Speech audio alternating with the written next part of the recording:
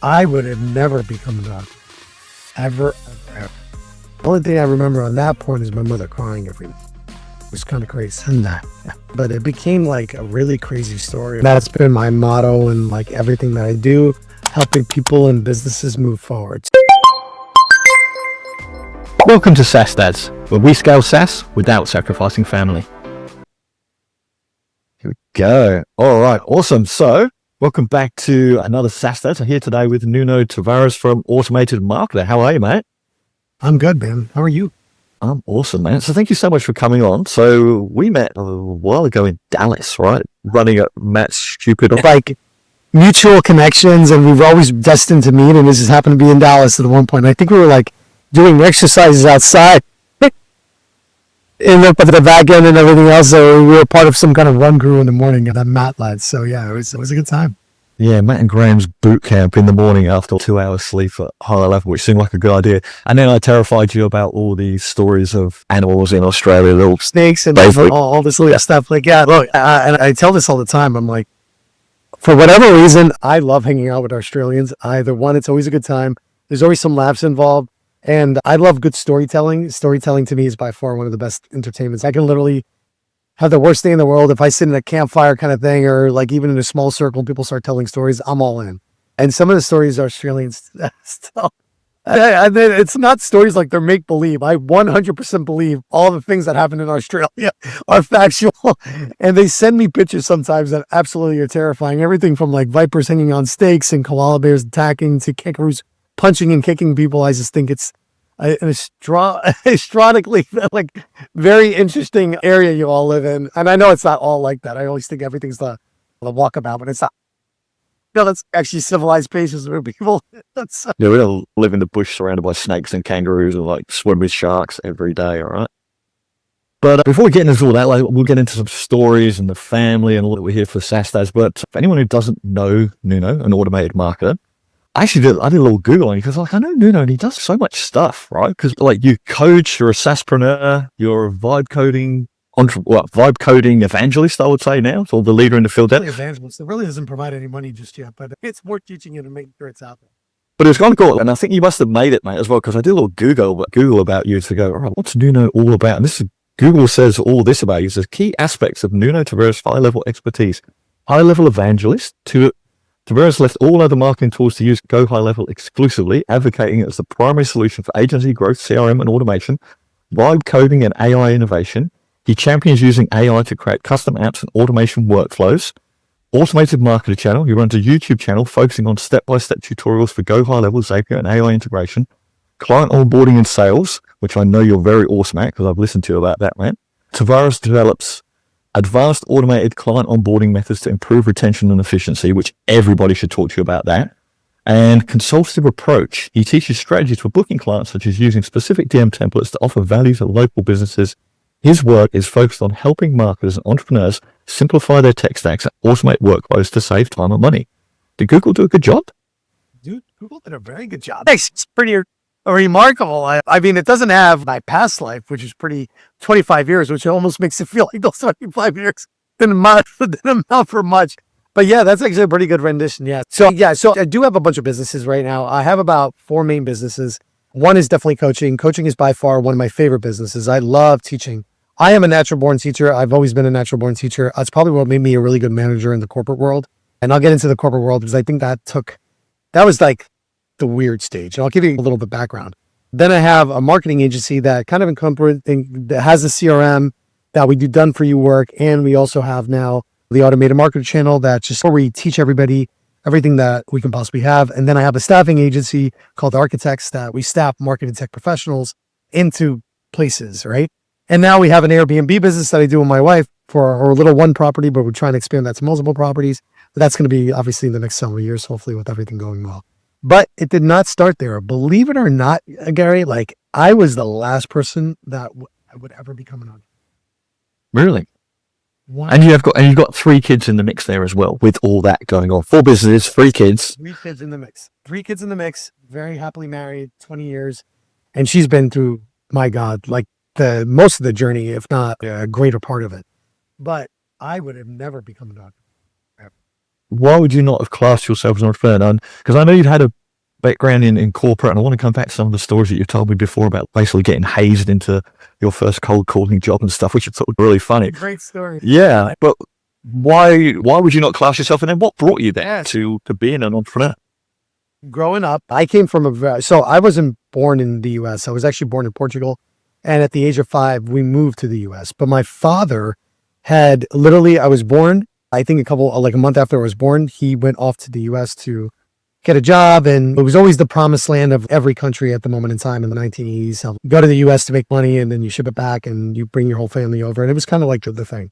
So my father went ahead of us, worked on getting his green card and everything else, and started working there. Worked there as a bartender, as a bar back, and just a lot of bartending jobs. I didn't meet my father until I was 5.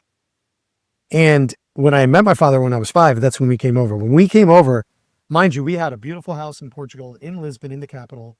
So sorry, so he'd gone since you were a baby? Yeah, all the way until basically. Wow. Yeah. He was. Yeah.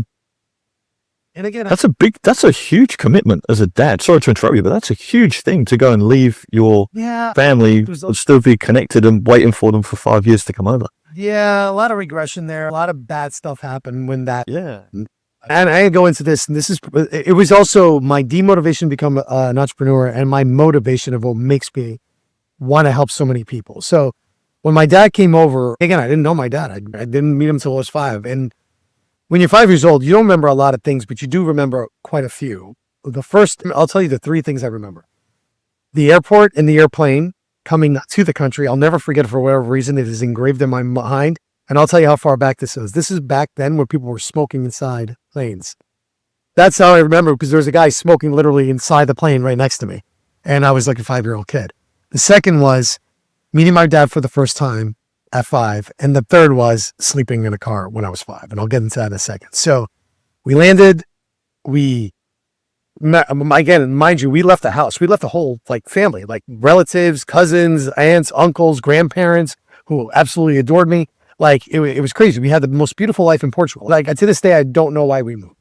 And then we went there, and it's always again for the better life. But this is the better life. We get there.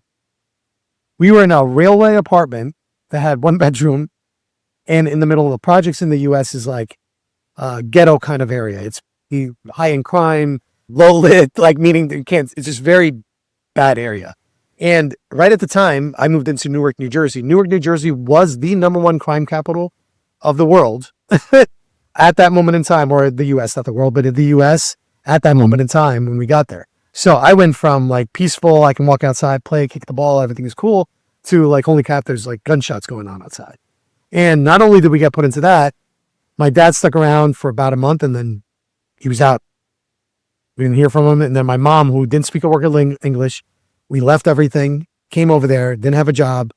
We literally got left out there. And through my mother's sheer will, she found a job working at a factory, at the Mattel factory, the people that made the little He-Mans and the G.I. Joes back then, and worked there for hours on end. I became literally, I got babysat by different families of all different types, that whoever was available. Back then, it's all that you could do because you got to survive somehow.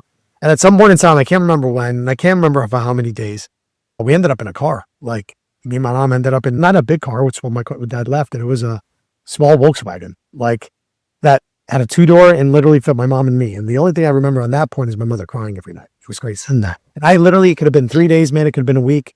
My mom and I don't talk about it. We reference it here and there, but it became a really crazy story. And I look at it in 2 ways. I used to play a lot of blade games, and my dad did come back. They come back. Things were resolved. We made a life for ourselves and things are great, but it came back with a lot of issues and problems my dad had. And I won't get into all that, but the reason why I say this is in that journey of him coming back and the family getting reestablished, I learned a lot of things. One was, because I was with so many families, I saw good dads, I saw bad dads, I saw great moms, I saw bad moms, I saw incredible brothers and sisters, family environments, different cultures. So it was really crazy what it did.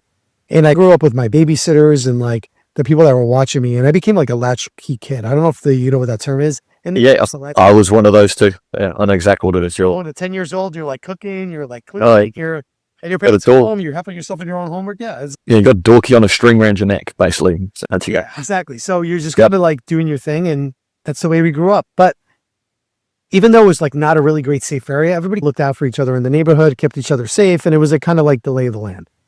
But it did teach me a sense of family in different ways. And it did teach me a sense of belonging. It did teach me a way of culture and diversity, of like never judging a book. Like me and my friends, when we walked down the street, it was like a mosh posh of every culture you can think of. Every color, every culture, every language. It was amazing. There was not one of each. There was like many of each. And then we were all hanging out and cracking jokes. And it was great. It was as bad as an area we're in. Everybody's just had such great, credible memories because we were out there playing, we were out there doing stuff and everything else. And my mom eventually and my dad worked their asses off and they got us out from that bad area to a better area. And then my dad became an entrepreneur. Now, the reason why I said I've never become an entrepreneur, during the entrepreneurial stage, my dad struggled. Great salesperson. My dad can sell you like anything, like literally your own shoes to yourself. One of the greatest salesmen I've ever seen in my life. To this day, I don't think I've ever met anybody that can sell as good as my dad. He would just literally be able to start a conversation with anybody, immediately go at it and everything else. When my dad passed, I've never seen a funeral like so big. There were lines of people trying to come in around the corner of all these people he knew. And to the point that I was like, I don't know who these people are. And even when we would go out to eat, like when I was older and I go out to eat, my dad would just know everybody. And it was just like everybody. You would walk into a restaurant or a bar and everybody would know who my dad is. So it was really wild. And while he was the greatest salesman, one of the, just can talk to anybody and everything else, running a business and making bad business decisions was his like number one thing. So we would just go from top to bottom and then bottom. And I was like, oh man, screw this. I will never run my own business. There's no way in hell will freeze over before this will happen. And then that was the upbringing, right? So real rough upbringing, a lot of like issues, like growing up, a lot of like kind of crazy stuff that I had to overcome and everything else. And we get to the state of, I'm going to graduate. I left home when I was 17. I went into college. And then when I went into college, I was on my own completely. I worked like 3 jobs and I started the corporate world because there's, again, no way am I ever going to go into this entrepreneurial thing. Landed my first job and it's the janitor at a hospital. And I worked my way literally from a janitor at a hospital to an operations manager in a hospital. And I did hospitals for 7 years. And it was by far one of the craziest jobs I had. I was what you call the troubleshooter. I would be the guy that go in and help reopen hospitals that failed inspections. And I was part of that task force and whatever else. It was pretty crazy. And then it just got to the point where that kind of job wasn't really fulfilling me at all. And it was burning me out. Like it was crazy burning me out. So I said, you know what? I'm going to go into the next most stable thing. At 2008, I decided to join banking. I don't know if you remember 2008. It was like the banking crisis of the world. And literally, it's like banking markets crashed the next day. I literally was like a plague. It was amazing. It was like it's like, hey, congratulations. Hey, we might not have a job tomorrow because everything was crashing. And I worked for one of the biggest banks in the world, which is Bank of America. And again, worked my way up. Started as assistant manager, worked my way off to district manager. Then I ended up at the commercial side. Then I got recruited over to Capital One. And it was only out of sheer desperation because in the banking industry or any corporate job, you are maxed out of the amount of money you can make. You can make money and then you can make bonus and that's it. You can't really make anything else. So it's like, all right, what am I going to do? Man, I tried everything. I was like a part-time job working at some place, but then with a part-time job, it's too much requirement. I'm like, this is not going to work. Then I'm like, all right, I have no other choice because my mom got sick and my dad got sick. So my dad got sick with cancer back, God knows how many years ago at this point. And I was like, crap, I got to make more money. Where am I going to? I'm capped out of my bonus. I capped out of my salary. I was always a really good employee, always maxing out like every payout that I can get. But I needed more money and there was nothing else I can do. I tried repairing cell phones, people's houses. So imagine I'm in a suit and tie coming from the bank and I will show up at your front door because you have a cell phone repair service with a little bag and a suit. I'm here to repair your phone. And I Dressed to impress. And people would have the weirdest reactions. They're like, I owe you money or something? No, I'm here to repair your book. And I'm like, oh, and I did that for a good couple months and that was going really well. But then it's just like, my commute to work was sometimes 2 to 3 hours, coming back 2 to 3 hours and then going back out for another hour to 2 hours, sometimes 3 at other people's houses, sometimes fixing things in a car in the winter. Like it was insane. It just wasn't making any sense. And I did that for a good amount of time. And then I got thrown into agency work, like through websites. Somebody says, hey, can you figure out, you're pretty technical. Can you figure out a website? I'm like, I probably can. And this is back then where you had to like code websites. So I'm like, all right, let's code websites. So I started coding websites and that's what led to the whole agency on the side. Now, when you work for a corporate structure as big as I was, and you're at a certain level, you can't have a side job without it being approved or whatever else. So I had to get all these approvals, but I still couldn't advertise. So all my business on the agency that I was working only part-time at nights and on the mornings, like it's 5 o'clock, 4 o'clock in the mornings, was coming in from like referrals or friends and family or anything, but I couldn't run an ad. I couldn't be on LinkedIn saying that I had this. So a lot of it was referral based business that just came out of nowhere from like people or whatever recommended me. And that kind of sprung into full entrepreneurial, where the agency eventually just matched what I was making, which I know that's crazy because I was making quite a bit. And my wife literally comes into me, says, we had our son, who's our oldest now, born. And she's like, I need you. This is out of control. You leave, you're up at 4 and you don't come home until 10. He's like doing it. He says, I didn't sign up to be a single parent. You know what I'm saying? So like, when are you, I need you. You know what I'm saying? So that's how entrepreneur, but if you had asked me like 20 years ago, 10 years ago, you're going to be an entrepreneur, you guys are crazy. Never gonna. What did that feel like then? So when you, I mean, it sounds like you had a good income because if you were matching your bank salary with your agency salary, but then how did you feel quitting like a full-time regular secure job and lose? You kind of lost half your salary. At least you've still got some money. How was that walking out and just going, all right, I'm going to. It was terrifying. It was terrifying, man. I'll tell you it was a 3-month conversation with my wife. Literally 3 months we were going back and forth. I tried to leave 3 times, but every time I tried to leave, they offered me more money, which got it more insightful to stay. But it just got to the point where, again, my wife, it was more about family than anything else. Craziest thing, and I'll tell you, we got very used to that double income. It was nice, man. Yeah, that's it. Like you've lost some security. You've also lost half your income. Like, yeah, because we always had the security and both were going. It's not like I started dropping in one and then excelling in the other. They were going really well. But when you're working for a big corporate structure and all these banks are always consolidating, and every now and again, there's, hey, you're going to apply for another job or you can just take a package. It just, the timing was right there. They're like, hey, here's a package, or you can apply again. I'm like, package. And they looked at me like, oh, really? Yeah, no, I'm good. Let's go. And we signed whatever and we got it going, but it was nice. But so I was like, oh my God, what am I going to do? But before even then, let me tell you about something that was really interesting. So because of all this experience with my dad, right? And me and my son are like, I feel we have a pretty good, close connection. And I talk like my son, like he's a natural, like adult. Like any of you are talking right now is exactly how I talk to my son. And he's like 6 years old. And I sat with him on the bed and we usually do some prayers at night. And we're like, and I just started bawling, man. I'm not a baller kind of guy. Like I don't bawl for anything. I don't cry. I'm rough background. So you get a little cold to things. I got to a certain age and I cry at like TV commercials now. Like Braveheart now all of a sudden makes me cry. So it's hysterical. But it was probably one of the first and few rare times I've cried in front of him where I just started bawling my eyes out. And Daddy's about to do something crazy. And if I fail you, I'm sorry. That's literally what I told my son. As I'm bawling my eyes out. And my son looks at me, 6 years old. He's like, Dad, I believe in you. It's going to be okay. And that even made it worse. This is all came out. It was like a disaster. I was like, oh man. And I went to my wife. My main goal in all this is for you not to feel anything, meaning our lifestyle does not change and all this. So what do? I go in hard and I oversell everything. Yeah. I put in so much work on top of me that I went back to working from 4 in the morning to 7 o'clock because I didn't want my family feeling the disruption of not having money or God forbid, or my God, we're going to end up in a car. Like all those, the bear that's always chasing me, no matter how well I do, is always, I'm going to live in a car. And I don't ever want my family ever experiencing that. You know what I'm saying? That's what's always chasing me. That's what motivates me out of fear. I get motivated out of great things, but the fear that motivates me is that. You experience that once or twice in your life. You're like, I don't want to be there anymore. And you get a little fire in your ass, right? But what was wild is that after that night with my son, and then after a bunch of conversations with my wife, I went too hard. Like where I just like uploaded as much work, sold as much as I possibly could, services, coaching, whatever else, to the point that I've like literally sold my life for hours.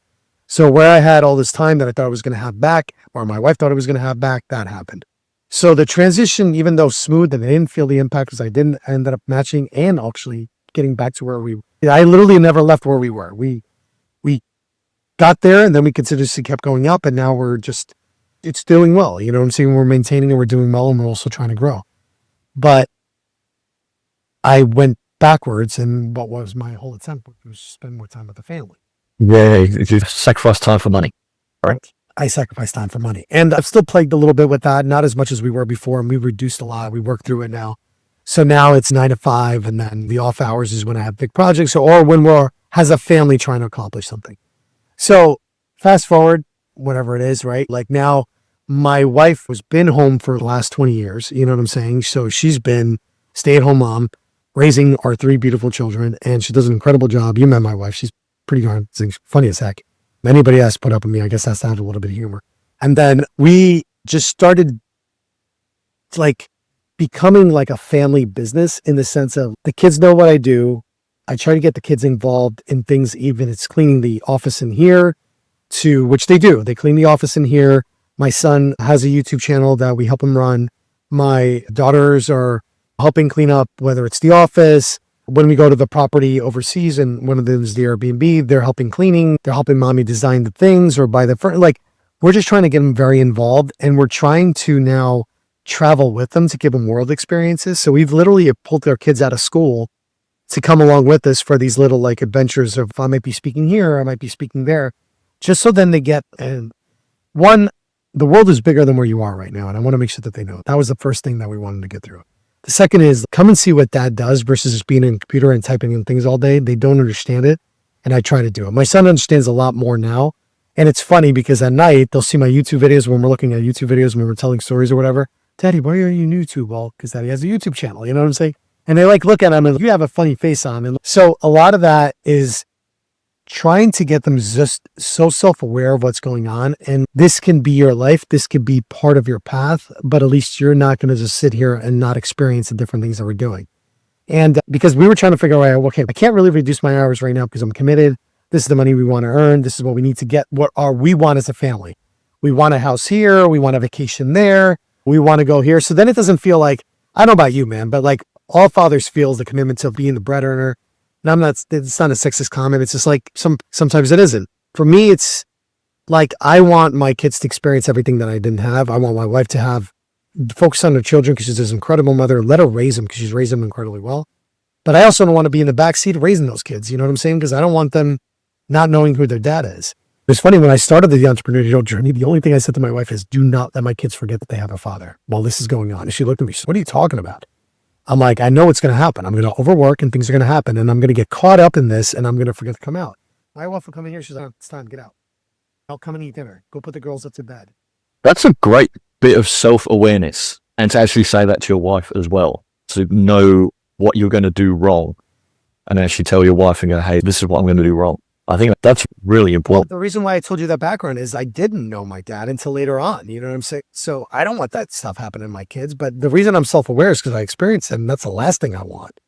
You know, I want to learn from the things that I didn't have done to me. I don't want my kids ever feeling like they're not hugged, they're not loved, they're not, like I say, I love you all the time. I hug them, I kiss them. You know what I'm saying? I'm always like around them. Like I try to do things with them. We try to take them on dates separately because then they feel it's their time and everything else. I have things I do with my daughter, one daughter. I have things I do with my other daughter. I have things I do with my son. We have jokes that we tell each other. You know what I'm saying? I'm trying to build that like bond where they have that. But I also want to give them the sense of structure. Like I make the rules. Mommy and me make the rules. Like you follow our rules of the house and this is what we need to do. And we have a couple set of rules that we just don't ever break. We don't lie. And if we lie, we get caught, we get punished. There's always a punishing rule to like things that there's always consequences. But these are the conversations we have. It's like, you're about to make a decision. Here are the choices that you have. You have A, B, C. If you do A, this is what happens. If you do B, what happens? If you do C, this is what happens. C has consequences. Here are going to be your consequences. If you don't do them, you're going to face your consequences. So we try to make it as active as possible for them to understand that. But we also try to make it like understand like daddy works hard for the business, but you guys are also helping daddy by being good kids and making sure you tell daddy you love him and everything else. So we're trying to create this mutual understanding of, like, it goes both ways, man. Don't be like little jerky kids and just come out and make sure you teach us respectfully. And we're going to do the same for you. And every now and again, my wife and I don't know how it is with you and your wife, but we always have to be a yin and yang. We can't both be hard at the same time because then the kids are going to be like traumatized. There's always, my wife's frustrated. She's super tired. I got to jump in. And we tell each other, we're like, hey, I'm out. I'm tapped out. I need you to. Yeah, we've done that sometimes, definitely. He's going, hey, look, I just need a bit of time. But you're running a business, right? My wife's pretty involved, like as far as like understanding. She's running and maintaining the house with 3 kids, running all the events, doing all this other stuff. And then here I am running my own stuff. We get to the point where there's a lot of frustration coming in, but it's a lot of communication that comes in, and getting the kids involved has been really changing. I'll tell them, why are we going away? Daddy's got a conference. You're going to see him speak, or you're going to do this with them. And then we're going to do these fun things. But while there, if daddy's on the phone, you can't be talking in the background. You got to be playing on something or reading your book or whatever else. Because we create these lays of the land that they need to understand, and they do. They'll run through this office. You won't even know that they're here. They'll come in on cat feed and leave on cat feed, knowing that I'm like on a show or recording something or doing a project that I can't be bothered. Sometimes they'll wait at the door patiently asking a question, can I have an ice pop or something? Because they know that I might be in something and interrupting me would be a bad idea. I mean, we're creating environments where they know it exists, and we're not we're not hiding things from them. We're making things as plain sight as humanly possible, because I think that just creates better communication all around. If that makes any sense. Yeah, and I think one of the things you said like earlier when you were talking, saying like when you speak to your kids, you speak to them like they're adults. Like you're explaining things to them. You're having a conversation like you and I are having a conversation. These are your words. Like you talk to your kids like you and I are having a conversation now. And I've always done exactly the same thing with my son, because he is a kid, right? He's 8 years old, but I also view him as a young adult. He just doesn't have the experience and the knowledge yet. So my job is to guide him through experience and knowledge. And if I just talk to him like a kid, like we never did baby talk to our son, like when he was a baby, like baby babble and all that. I was like, I just didn't understand the point of that. And I would see other parents doing it. They'd be like, you know how they change words to make it for a baby? Yeah. And I was like, in my head, I'm just like, why are you doing that? Because that's not the word they need to say. Just teach them the proper word and talk to them, and they will get that, because that's where they need to go. Don't belittle it, basically, just because they are small. I know that they maybe don't understand everything yet. Obviously, they don't. But hey, dude, though, somebody once told me that your kids are always watching. And I never knew what that meant. But if people say that and you sit there, oh yeah, whatever. Then all of a sudden you're like, oh no, they really are. Because my daughter will come up to me and, hey, you said this. And I'm like, what do you mean by that? I'm like, what do you mean I said that? How would you hear me say that? And they do. They listen all the time. You think they're not listening. They are listening. And then they get to the point where they're inquiring. And I'm like, I want to make sure that there is no hiding of anything. Like, we're as transparent. When we're doing poor with money, I'll go in here. Hey guys, bad month or whatever. Not that fortunately, it's been pretty good for a long while, but if we're cash poor at the time and we don't have time to buy that, I'll be like, listen, you just asked for this. Let me tell you what's going on. And sometimes I'll break it down. Daddy's has spent this much money on this, which we need. Where would you like me to find the money to get to? And what are you going to do to make the money? Are you going to make any money? And these are the conversations we try to have. Like it's important to do that. But so now the goal of what we've been trying to do over the last, let's say 2 to 3 years, is taking them along in our little adventures. And sometimes it's great. Sometimes it's complete and utter chaos. The last, I think I was telling you a little bit about that one. Just to tell you, so we pull the kids out of school. Schools here don't care as long as they're doing something that's just pulling them out because we pull them out. We give them like a full itinerary. We're going to go here. This is what they're going to go see. You want them to read a book. You want them to write a report. Whatever it is, they'll do it. We get tutors online that we can basically teach whatever subjects are on. Math is usually the one that we always are a little careful on. Same thing with reading and writing. Our middle daughter has a little bit of a learning disability, so we always have tutors work with her and for just to catch her up. So we have these tutors online that are on with them, and we make time in our trips to ensure that they're getting to their tutors. But let me paint this picture for you. So we went from New Jersey to Lisbon to an island, back to Lisbon, and it was at 36 hours. It actually was 36 hours. My wife and I literally slept about like 3 or so hours. The kids were completely passed out inside the plane. And then when we got in, they slept for 3 hours, and then we picked them all up again and we went right back to the airport, started traveling again and everything else. One along the way, and I'm speaking probably like the day after I land. The day we landed a little bit semi-late. We said, hey, let's go get ice cream. And we decided to go with our girls and our son to get ice cream. Son didn't want ice cream, thank God, but the girls did. The girls did. Whatever they did, they picked up a virus. It was like throw up city all night long. It was like the most intense thing you could ever, and we didn't even know we left them. We had to put them in the bathtub because there was no other place for them to go, because the hotel rooms, and we're just like, that's it. We're just hosing them down at this point. We're hosing them down. They're hosing them down. We're praying to God that this is not like we're calling doctors, like it's in another country. We're like, oh my God, what do we do? And we're trying to figure this all out. And my daughters are like no sleep. And we got to prep for the next day because we got to do a little bit of travel. And then I got to go speak. And then I'm like, oh my God, how are we going to do this? How are we going to do this? But then again, these kids are ridiculously resilient. They sleep for, I think it was close to 2 hours. They have a little breakfast. They're good. Little bread in their system. We're like ready to take them to the hospital. We're like, oh my God, these kids are completely dehydrated. What are we doing? We're like feeding them water, anything we could possibly do. Yeah. And like, we think they're hydrated. The two little ones perk up. We're good. My son was in worse shape because he was up all night trying to help us out and being like, not the target of all this stuff. So it was like, he's like just trying to avoid everything that's happening. And we're going in, but it's now been 2 years and we still talk about it. And it's now all laughs. It's an exuberance. My little one, who's now 6, was 3 at the time or 4 or whatever the math is, and still talks about it and remembers it like it was yesterday. And I'm like, this will last probably until they're way older and they have their own kids. And this is a story they're going to tell their kids.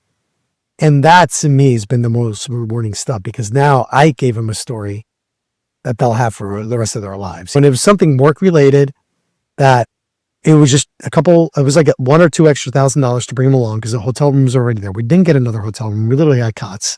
The kids slept with us, the 2 girls. So it was my wife and I and the 2 girls. And then it was we had double beds. So the girls slept on one bed, we slept on the other, and the kids slept on the cot. And it was great. Yeah, it's funny. And it sounds like you're teaching those kids that lesson as well, that like the worst times and the adversity actually strengthen you. And you can look back and those are the times that you talk about, like even more so than when you've had fun times. A lot of the time you actually look back on all the bad times like, oh my God, do you remember when this happened and that happened? Oh my God, how did we get through that? And I don't know about you, but like you learn that over years and with a bit of age and stuff. And now whenever I have those things happening, I'm just thinking about it. I'm like, I have a story to tell after this. Exactly, because it's so crazy that you're like, oh, yeah. And it removes a lot of the stress from those things for me when it's happening. So I'm just like, oh, this is happening. We'll talk about this later. This will be a funny story down the track. Let's just get through it for now. All right. Because there'll be another day tomorrow. I think it creates such a dynamic where your kids are experiencing it with you. So they're like, it's a life event or not in the place that we normally are. This is completely not according to plan. We have to pivot and shift and we have to go. And we didn't stay still. We didn't not do the thing we were planning on doing. We went through and we were like, no, we're going to do this thing and we're going to talk about it. And we did. We talked about it on the ride to the event. We talked about it on the way back. We joked around about it. You know what I'm saying? The little one's telling stories about what happened to her. We didn't even understand half the stuff that she was saying, but it was hysterical. And these are all the things that now, to your point, there'll be memories on there. But I think including them in the business has been probably like including in this lifestyle and getting them to go with us has been, I think, probably one of the best things my wife and I have ever did. And we were literally scared, like to no extent. Like we were like, this is never going to happen. I'm like, how do we do this? It's 3 kids. It's insane. But I know we were talking about the number of kids. It's so funny. With your first kid, you always are like, you are psychotic. You are like, oh my God. They're like, you really aren't kidding. By the 3rd one, you're like, oh yeah, it's yeah, cool. Oh yeah. Yeah, it's so simple. It's really wild. And yeah, you talked to somebody who had a first kid, man. It would be cold outside and our kid would probably have 17 layers on. It was just like, we were so over-parenting and we were like, we didn't know what we were doing. And then all of a sudden, the 2nd and the 3rd come around is, oh my God, give them a little space. We're good here. We don't have to do as much. And now we're to the point where we're like, oh, let's just pull them out of school and let's go on crazy trips and see what happens. You know what I'm saying? It becomes that, but it's the interesting kind of landscape. Again, ask me this 20 years ago, never in a million years or I think that's my lifestyle right now. Man, like, no, it's pretty cool. How do you manage, because 3 kids, 4 businesses, traveling, speaking, coaching, all of those things are very mentally taxing. It takes a lot of energy and effort. And I know for myself, when I've done a bunch of webinars in a day or if I've been speaking and stuff, when you're at an event and you're just speaking to people all day long, for me, it just wears me out. No, it does. I'm a complete introvert, believe it or not. Yeah. What do you do for like downtime? What's Nuno's recovery? Like, you like to do a bit of like training, bit of meditation, like a nice walk, swim? So a variety of things. So one is we have a very tight schedule. So our schedule is very tight. So in the morning, I go to the gym. Like I wake up at 4:30 in the morning, go to the gym, come back like around like 6:30, 7-ish, shower, literally take my kid I take my son, my wife takes my 2 girls because then I start my day by the time the girls go to school. So 7:30, out of the door, take my son. We have conversations in the car. It's great. Car rides is the best thing ever because you can have conversations about what happened, what you're into, blah, blah, blah. So that all happens. Drop them off, come back, start my day immediately. And then because I work from home, and that's been the other blessing. Remember, you're talking to a guy that did a 2 to 3 hour commute both ways, like 3 hours there, 3 hours back. So a lot of time lost there that you'll never get back. And nothing worse than sitting in a car than sitting in a car. Now I have lunch and coffee breaks with my wife. So I'll come out there. Her and I will have some time. And then come 5 o'clock, 6 o'clock, I pop out. We have dinner together as a family.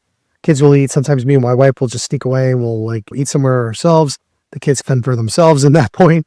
And then bedtime routine is always bedtime routine. I always take the girls up, and my son just does, he's 13 years old. He does his own thing now, but he always comes into the bedroom, talks to us for a little bit before he goes to bed.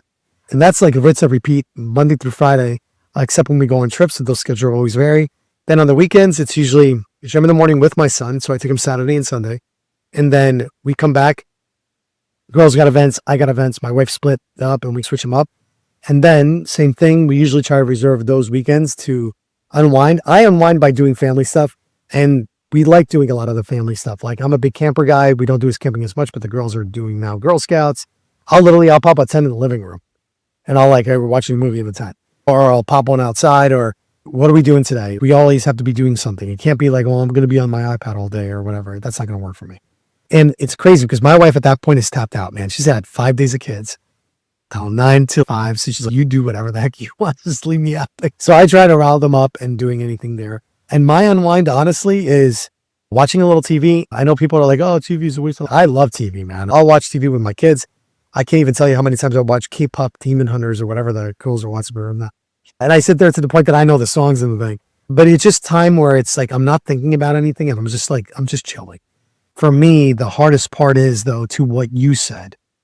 On the days that are heavy with like always being on camera, YouTube, like interviews, or speaking in like events always wear me down way more than I would say my majority of my days do. But there are days that I'm just like completely tapped out and I just will stay in here longer, but shut everything off, go meditate for a little bit, or come back and watch a movie in here, like on my screens or something, or go work out, or literally just leave and go to work out. But that's if my wife is sane and there's nothing crazy going on in there. The other thing is a friend of mine's wife taught him this, and my wife has now been saying it every now and again. So on those really tough days where I'm burnt out and she's burnt out, she says, it's time for you to kick it into 6th gear. And that just tells me, like, I know we're both tapped out, but we got to go, or we got to do something, or we got to be here now. You know what I'm saying? And being present. That was one of the things that I had the hardest times with, but kicking into 6th gear is like my code. Literally, I just think I'm in a car and I literally just kick it into 6th gear. Okay, let's go. You know, just do something, and let's figure something out. You know what I'm saying? Whatever it might be, like anything I can grab, like just get them out of, break it up. Hey, everybody break it up. All iPads off, all phones off. So we're going in here now and we'll just do it. And I'm trying to command that as often as possible and try to be as sporadic. The other thing is being spontaneous with the kids. They love that. They never know what's coming. Like I'll go in there, everything's chill. I'll come back out of the room. Marco, do this. And I'll make it really loud, obnoxious. So then they laugh at it. They're like, oh, and oh, dad, you get all those things, but it's just trying to make it as spontaneous as possible. But the only thing I struggle with is, sometimes kicking into that 6th gear, man, sometimes I'm gassed, man. I have nothing. Because I'm naturally an introvert. I don't like the bigger settings, man. I am terrified of those things. You put me in a room with anybody I don't know, man. Oh, it's the worst thing you can do to me. If I at least know one person, I'm like, I feel better. But if I go into like these places and I know no one. I would not think that. Seeing you work and teach in a room and control a room. But I've even seen you do it, control the room. You're like, hey, everybody calm down, pot down, and listen to what's going on at the front there. Like, you control the space very well. Yeah, and but I got to be, but that's, believe it or not, I think that's the corporate setting. The corporate setting, because I was in charge of so many people. I was in charge of like thousands of people at some point in time. It was like crazy. You have to command a presence. It's impossible not to. You got to go in there with your confidence, and God, they can smell weakness. Employees can smell weakness a mile away. They're like sniffing. Oh, we know this kind of guy. So that actually is what corporate did for me. It did build that confidence structure that I can put it on and put it off. And then put aside. The only person that ever sees the ugly me is my wife. She's seen the up and downs. I'll be the first part. There's been times, man, not often, but there's been cracks in the pipes big time. I have a couple coaches too. That's the other thing too. A lot of people that are high functioning entrepreneurs like yourself, myself, and a couple of people that we know. I know a lot of those people work with coaches. Coaches is probably one of the best things you can do. If you're not like a therapist kind of guy, go to a coach. Go to somebody you can just unwind in and just can give you advice on like what you're feeling and going through the whole entire process. Because I got to tell you, man, there's sometimes if you're not talking this out, it's productive, man. It goes backwards, not forwards. And I've learned that. And you're talking about like the corporate world and then commanding a presence and not being afraid. Do you want to just share that story that you did about you were basically like hazed into your corporate job, which was really funny? Again, that's not very PG, but I was. You can use PG Dial it down. words. You can dial it down a little bit, but I think this is really interesting. And then what I'm interested in as well is it's really interesting how some people change and they don't repeat what was done to them. All right.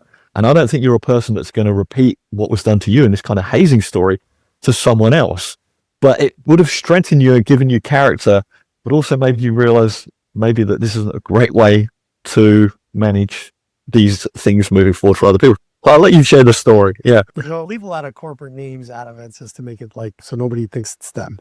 So it was one of my first jobs in an industry. And I showed up in a suit and tie and it was in an office. And I met somebody at the door. They're like, oh, here's my name. Oh, you're here for that job. No problem. All right, go in that room and just sit down. And then you open up a room. All there is a phone in front of you and a chair. So I sit down and I'm in front of the phone and I just literally cross my hands and I'm waiting for whatever to come in. I have no resume. I'm in this shirt and tie and a suit, very big suit because it was one of the first suits that cost me like $70 and I bought it second. And it was like 3 times the size.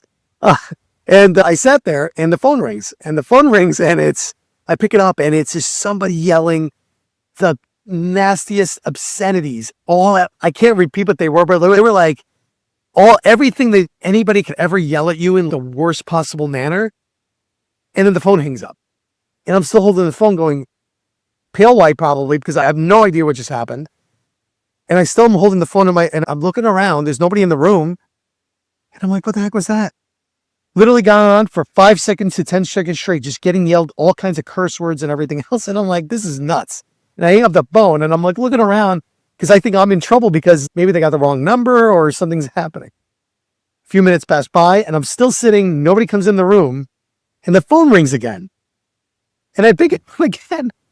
And it's the same person just yelling even worse, of like all kinds of profanity. Like it was the worst. I was like, what the? Like if this is done in the street, I thought they were going to kill me. That's how intense this thing was. And I'm like, this is absolutely insane. And I can't even get a word in. I'm like, hello. I'm like, and the guy is just going on and the phone hangs up again. I'm like, I got to tell somebody about this. So I'm about to get up. I hang up the phone again after the third, I don't even know what you want to call onslaught of profanities that would send at me. I'm like, let me just go tell somebody that this is going on. That maybe they have the wrong number or it's maybe an upset customer. And I start going out the door and the phone rings again. I'm like, oh.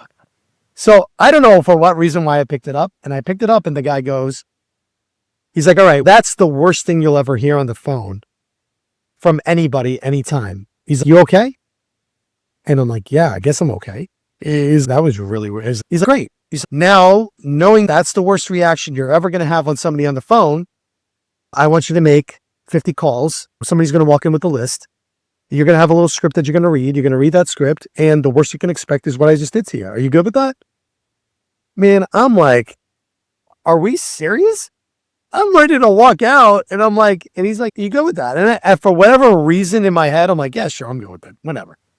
So then I start making 50 calls, reading the scripts and expecting the profanities to start coming my way. And the most I got was a no or not interested or wrong number. And I'm like, cool, no problem. Later on, miss whatever. And that was my interview / first day of the job. And I'm like, the story goes on where I evolved from that to other positions and the rooms got bigger and bigger. And then you used to see this happening to everybody. And the guy at the same time that did this, obviously this would not fly in the year of 2026, but this, mind you, this was back in the 1990s. And I swear to you, it was one of the worst, best things that could ever happen to me because to this day, I can get on the phone with anybody and I still to this day expect it. I still to this day, no matter how long it's waiting for it. I'm waiting for it because when it doesn't happen, man, I go off. I'm like, great, Gary, pleasure to talk to you, man. Hey, just wanted to tell you that this is what's going on. And now the natural conversation can happen at any point in time. But you couldn't do that nowadays. And I personally would never have done that to anybody. I never did that to anybody, even though I had the opportunity to, because somebody says, hey, do you want to call the guy?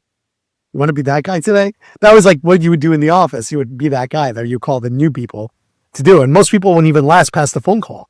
They would just literally walk out. Again, many moons ago. But man, after that, how many lessons are there, Gary? How many, if you really think about that, how many lessons are there? It's It's brilliant and like psychotic at the same time. it's evil genius. It's evil genius. It really honestly is, because literally I was so comfortable after that. Like literally in one day, you probably gave me like 17 years of coaching in one day. Because the hardest part of getting on the phone when you're doing any kind of cold calling is being afraid of what people are going to say on the other side. But if that's what you're afraid of and you can hear it, like, all right, cool. So that's all I'm waiting for. The second they would start calling to me, no problem. And I would hang up because I've already heard it and the shock value is done. And it was funny. I'm literally not kidding. To this day, I swear to you, whenever I do a cold call, I'm always waiting for it. I'm waiting for it. It got so funny that the one time it happened where the person cursed me out and they says something about my mom. And I said, I'm like, and literally talk about the best comeback ever in my life. I said, sir, we're not even at 20 seconds into this call and we're already on moms. I'm like, can we slow it down a little bit? The guy on the other side lost it completely, started laughing hysterically, and completely gave in. I'm like, Mr. Johnson, you do understand that the reason I'm calling is because your policy ran out. I want to make sure you answer the wrong policy. I know we talked about moms, but literally, I think my mom and your mom would be very happy if I sell you into this policy right now. And the guy bought. So waiting. I've been waiting my whole entire like calling life for a guy to curse me out. The guy started cursing me out. I was like, and I stood there and it was just funny to me. And literally, when I literally said, hey, we're 20 seconds into the call and you're on moms already. I'm like, you're running out of material. It was something like, you're either running out of materials or why are we at moms yet? Don't we want to say that until later? And the guy literally paused in his tracks and started laughing hysterically. And then I sold him the policy I was trying to sell. It was hysterical. I was like, I can't believe. They recorded the call and they played it for other people because it was so funny. It was like, if you can make a sale off of this, then You can turn that around. That's incredible. But I swear it was because of that initial little whatever hazing practice or whatever you want to call it. And the guy that did it was one of the greatest salesmen. He was actually a great human being and a great coach. Probably a big influence in my corporate world for a very long while. And it was just amazing. It was not only that, he would put us into crazy scenarios. He would literally like throw us into a building. If you don't send, I'm going to throw you into this building right now. If you don't sell one policy before you come out, he's fired. And it'd be like the mail building. You're like, okay.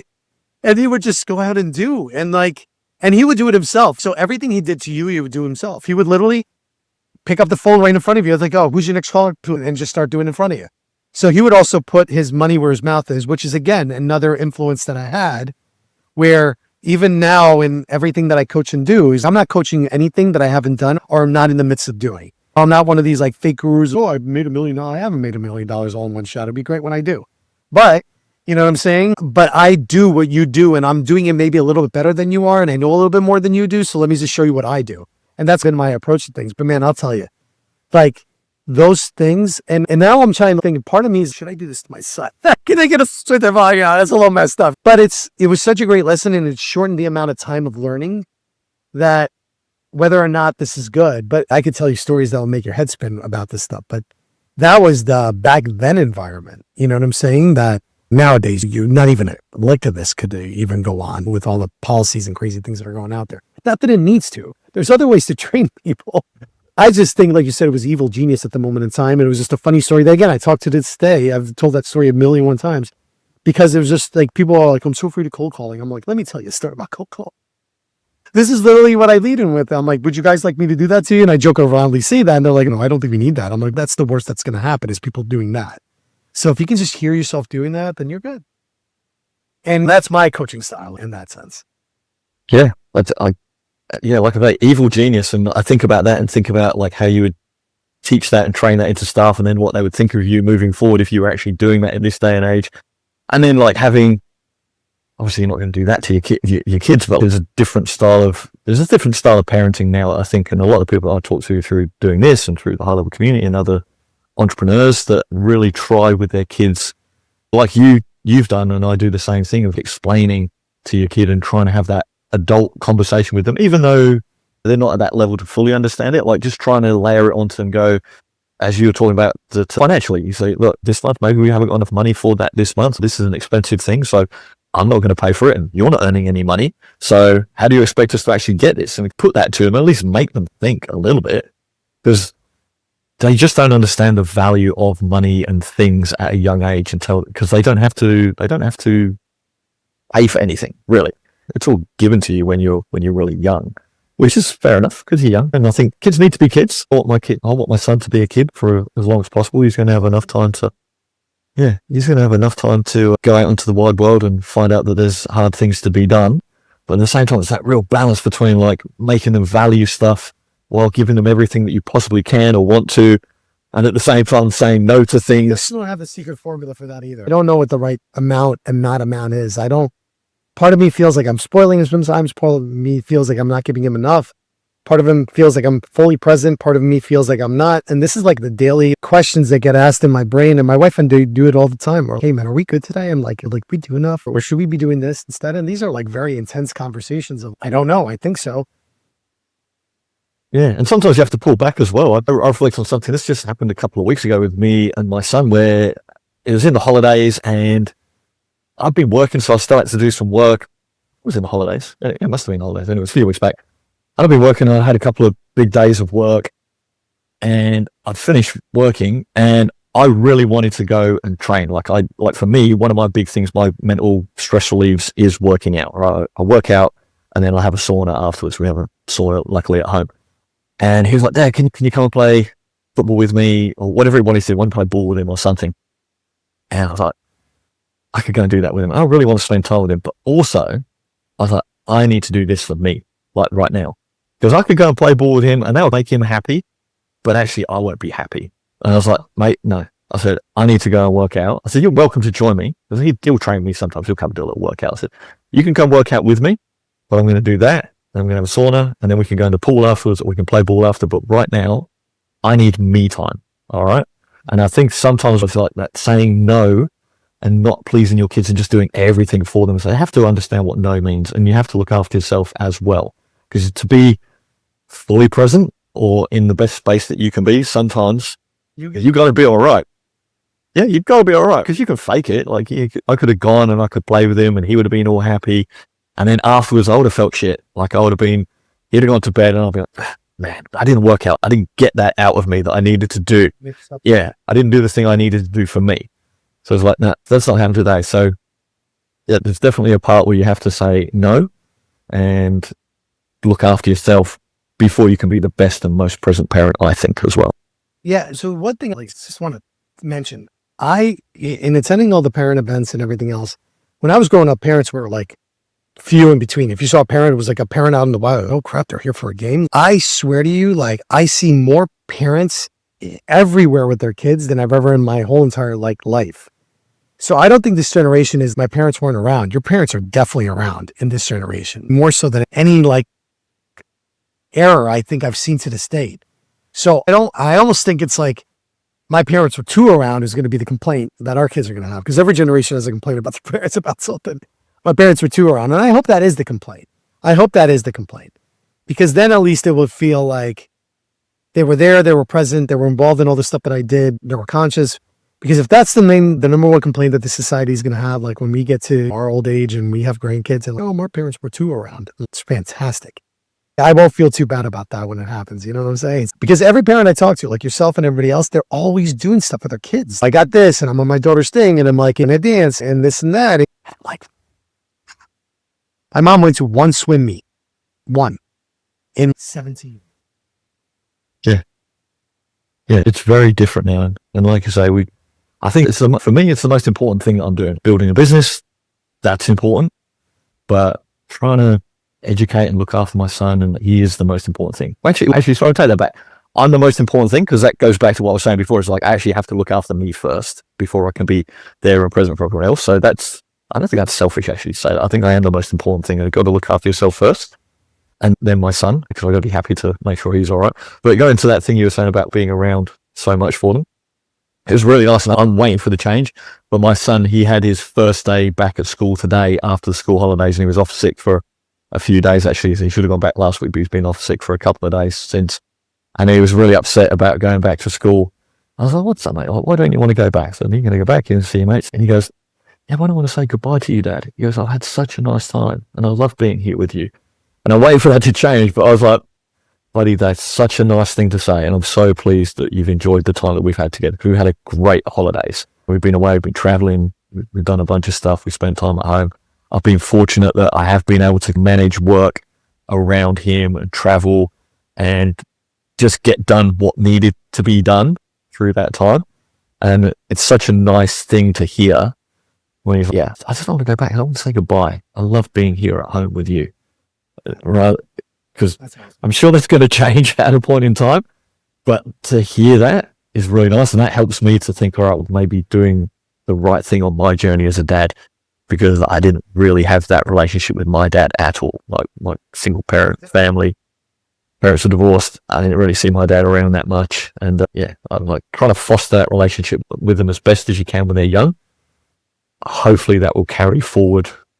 Who knows how the teenage years will go? Like you're getting into it now. But hopefully it will foster through enough on the other side of the Like I said, I hope in this like internal conversations that him and I have are very casual, that we talk about things that he's willing and opening. And I'm like, and it's again, another piece of advice I got from another great father that says, I stopped playing the perfect dad game a long time ago, and now I'm playing perfect odds games. And I'm like, oh, that's interesting. What do you mean by that? I want to give my kid the best odds and give him as much instruction to tackle those odds. But after that, it's on him. You know what I'm saying? And I sat there, I'm like, oh. And I'm like, yeah, so he's already had better odds than I ever had. And now I'm trying to help him navigate the odds that he's been given to make sure he's making the best choices ever. We just literally had a conversation when we got back. Be like, dude, you got all this in front of you, man. What are you doing? And like, literally, what are you doing? Here are your choices. Here are the things that we see for you. Here's the things that you want to do for yourself. But it can't be what you're doing now, because that's not going to get you anywhere. And that's literally the conversations we're having with our kids. And you talk about the you being all right. I actually say it's always me and my wife being all right. So as long as me and my wife are chill, everything else is good. So sometimes we're not like, and we fight openly in front of our kids. We don't hide that. Like we don't try to do it often. When we fight. And we let the kids see it. Like kids are like, oh, mommy and daddy are talking. No, mommy and daddy is having an argument. When we're done with the argument, we'll be all right. And we'll tell you what's going on. But I always try to make sure that her and I are good. So while you're getting that also, I also make sure, like, I know my wife every now and again just needs a spa day to chill the hell out, to be not touched, not sought after every 5 minutes inside the house. So I'll send her away, man. I'll like, hey, go, I got you. Let's go and go for the weekends, go out with your sister, stay over your sister's house, go to the city, do something, and just give her that internal, like, mental break. And I'll have it sometimes when I go out with my friends and we have these great dinners and just talk all night long, and it's amazing. Like I live for that all day long. And that's how I unwind. And she sometimes will do the same thing. She's like, you look a little burnt out. Why don't you take a break? Nice. So trying to have that relationship too, where we look out for each other like that, that's been a massive game changer also. Yeah, that's awesome. Like you said, you did that a long time ago when you were starting that journey. You said to your wife, like, hey, this is where I'm going to be. I'm going to be putting in extra hours. I'll be burning out, and you need to come and pull me out of it sometimes. So that's really great, man. So what are you most excited about now? We'll wrap up on this, but what's most exciting for Nuno in the future, for business and for family? What's coming up on the horizons for you guys? So businesses, like, where this is hopefully a growth year. Last year was a build year. This year's a growth year for all three businesses. We have definitely some pretty big plans for all three businesses. For the family is, again, the travel is going to be a little bit less, but we are going to go to different destinations. You and I are trying to go to the same place. I'm finding out tomorrow whether or not that's going to be possible. And then we have an Aruba trip coming up. We love Aruba. And we're also trying to go back to December to our property that we have on an island that we enjoy. We're going to try to take my mom with us this time, because again, she can help watch the kids for 1 or 2 days, and me and my wife can have 2 adult days somewhere on the island, which we love. Let's go do whatever the heck we want. So that would be pretty cool. And we're just a big growth here. Our big focus this year is more intentional on going after the right client, and basically teaching the right things that we think people are going to be really buying and are going to be beneficial for people out there.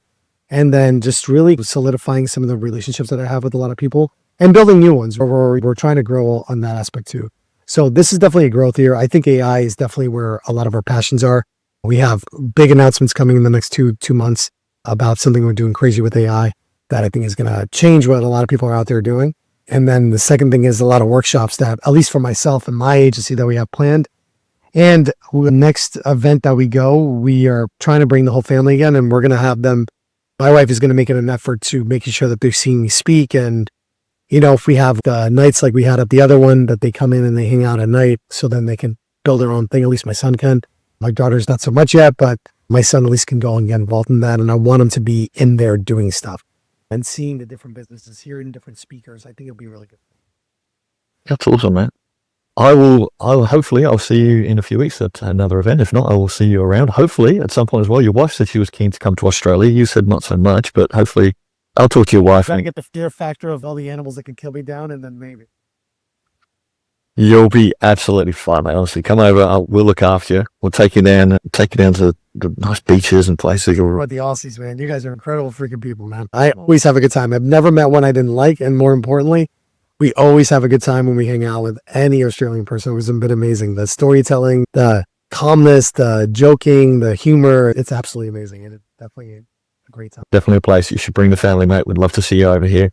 Until then, we'll see you another time. If anyone listening to this, watching this replay, whatever it is, we'll make sure we have some links. Go check out Nuno's YouTube channel. We'll put some links to your website and the socials. Anywhere special that we should direct people to for you, Nuno, or something you want people to go and check out? Anybody that's trying to learn about AI, automations, trying to help their own business out, make yourselves more effective. Man, the amount of content we give away for free on YouTube is criminal. So by all means, educate yourself.